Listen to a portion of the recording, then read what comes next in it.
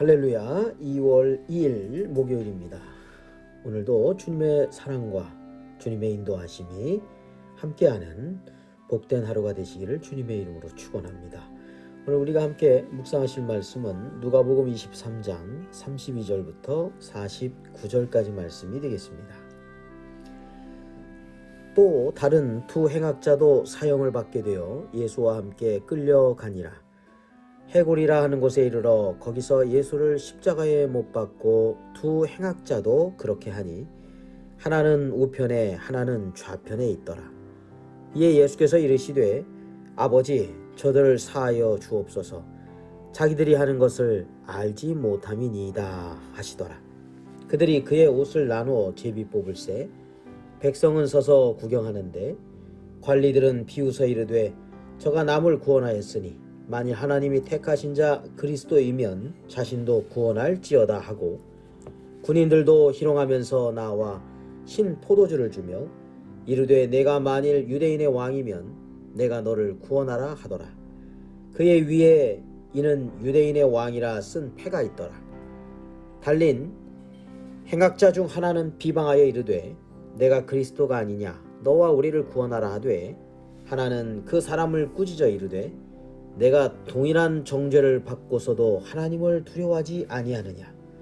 우리는 우리가 행한 일에 상당한 보응을 받는 것이니 이에 당연하거니와 이 사람이 행한 것은 옳지 않은 것이 없느니라 하고 이르되 예수여 당신의 나라에 임하실 때 나를 기억하소서 하니 예수께서 이르시되 내가 진실로 내게 이르노니 오늘 내가 나와 함께 낙원에 있으리라 하시니라.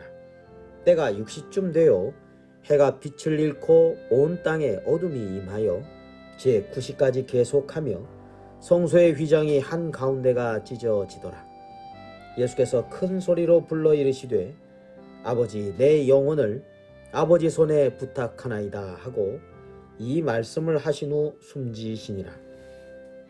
백부장이 그 된 일을 보고 하나님께 영광을 돌려 이르되 이 사람은 정녕 의인이었도다 하고 이를 구경하러 모인 무리도 그 된 일을 보고 다 가슴을 치며 돌아가고 예수를 아는 자들과 갈릴리로부터 따라온 여자들도 다 멀리 서서 이 일을 보니라.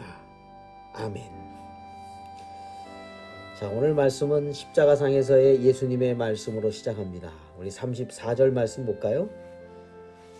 아버지 저들을 사하여 주옵소서. 자기들이 하는 것을 알지 못함이니이다. 네. 예수님을 비웃고 희롱하고 때리고 비방하는 이들을 향해서 주님께서는 용서의 기도를 드리시고 있습니다. 그들 스스로의 행동이 무슨 잘못인지도 모르고 하는 그들을 주님께서는 불쌍히 여기시며 하나님 아버지께 용서의 기도를 드리신 것이죠. 마태복음 6장 12절에 주기도문 가운데 있는 말씀이죠. 우리가 우리에게 죄 지은 자를 사하여 준 것 같이 우리 죄를 사하여 주시옵고 했습니다. 우리가 우리의 죄, 우리 형제 이웃에 대한 죄를 용서해 준다는 것이죠. 네, 그럴 때 우리 죄를 사하여 주시옵고 하나님 앞에 또 용서의 기도를 드리는 것입니다. 자, 우리가 형제의 죄를 용서해 주고 그리고 우리의 죄악을 용서해 달라고 기도하는 것. 하나님 앞에 용서를 구하는 자는 또한 형제의 죄를 용서해 주는 것이 마땅하다라고 할 것입니다. 우리도 우리 주님처럼 우리 이웃을 향해서 용서의 기도를 드리는 삶이 되어야 되겠습니다. 이어서 예수님의 십자가 좌우에는 또 다른 죄인들이 형을 받게 되었습니다. 자, 그런데 그 중에 한 죄인이 이렇게 예수님께 부탁을 하죠. 42절 43절에 예수여 당신의 나라에 임하실 때 나를 기억하소서. 그랬더니 예수님께서 내가 진실로 내게 이르노니 오늘 내가 나와 함께 낙원에 있으리라. 그렇게 말씀하시죠. 그렇습니다. 예수님 양옆에 죄인 중 한 사람이 예수님께 의지하고 믿음으로 주님 나라 임할 때 자신을 기억해 달라고 합니다. 물론 그 옆에 한 죄인은 예수님을 놀렸지요. 그러나 주님을 진실한 마음으로 믿고 의지하며 주님 나라 임할 때 자신을 기억해 달라고 주님을 의지했던 그 죄수에게 주님께서는 낙원을 허락해 주셨습니다. 오늘 내가 나와 함께 낙원에 있으리라. 우리가 사는 세상 속에서 마지막에 가까이 다가온 그런 인생을 사시는 분들이 계십니다. 병이 들거나 또는 어떤 특별한 사정 가운데 있을 때 우리가 그들을 향해서 복음을 전하는 일에 관심을 갖고 힘써야 되겠다라고 할 것입니다. 또한 우리도 한 치 앞을 내다보지 못하지 않습니까? 우리가 가까이 지내는 이들을 향해서도 우리는 예수 그리스도의 복음을 꼭 전하고 관심 갖고 또 기도하고 몸을 두드리고 하는 그러한 마음을 우리가 가져야 되겠다라고 하는 것입니다. 지금 죄수 중에 한 명이 마지막 죽음의 순간에 주님 나라 임하실 때 자신을 기억해 달라고 의지했을 때 주님이 낙원 허락하시지 않았습니까? 오늘 우리 주변에 있는 사랑하는 우리의 사람들, 가까운 사람들에게 복음을 전할 수 있는 기회를 우리가 보고 또 때를 얻든지 못 얻든지 기도하며 복음을 전할 수 있는 우리들이 될 수 있기 위해서 힘써야 되겠습니다. 왜냐하면 영원한 천국에 가는 길이 이 세상에서 가장 중요한 행복이기 때문에 그렇습니다. 자, 예수님께서 십자가상에서 구원의 역사를 이루셨을 때 아주 특별한 사건이 하나 일어났습니다. 45절 말씀에 보면 성소의 휘장이 한가운데가 찢어지더라 했습니다. 옛날에 이제 성전일 때는 성전이 성소와 지성소로 나누어집니다. 그렇게 나누어지게 만드는 커튼이 하나 있는데 그 커튼이 바로 휘장이죠. 휘장 안에 지성소가 있는 것입니다. 성소에서 지성소로 들어가는 것은 대제사장이 1년에 한 번인데 유대 날짜로 7월 10일 대속주일이라고 합니다.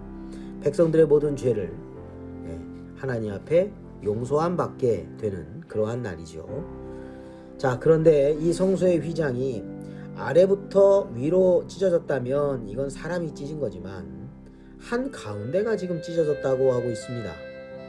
한 가운데가 찢어졌다라고 하는 것은 인위적인 것이 아니라 하나님이 예수 그리스도의 죽으심을 통해서 의미하는 어떤 상징적인 것을 나타내기 위해서 이러한 일이 일어났다라고 볼 수 있겠습니다. 히브리서에 보면 이런 말씀이 있습니다. 10장 19절에서 20절에 그러므로 형제들아 우리가 예수의 피를 힘입어 성소에 들어갈 담력을 얻었나니 그 길은 우리를 위하여 휘장 가운데로 열어놓으신 새로운 살 길이요 휘장은 곧 그의 육체니라 라고 말씀하였습니다. 그렇습니다.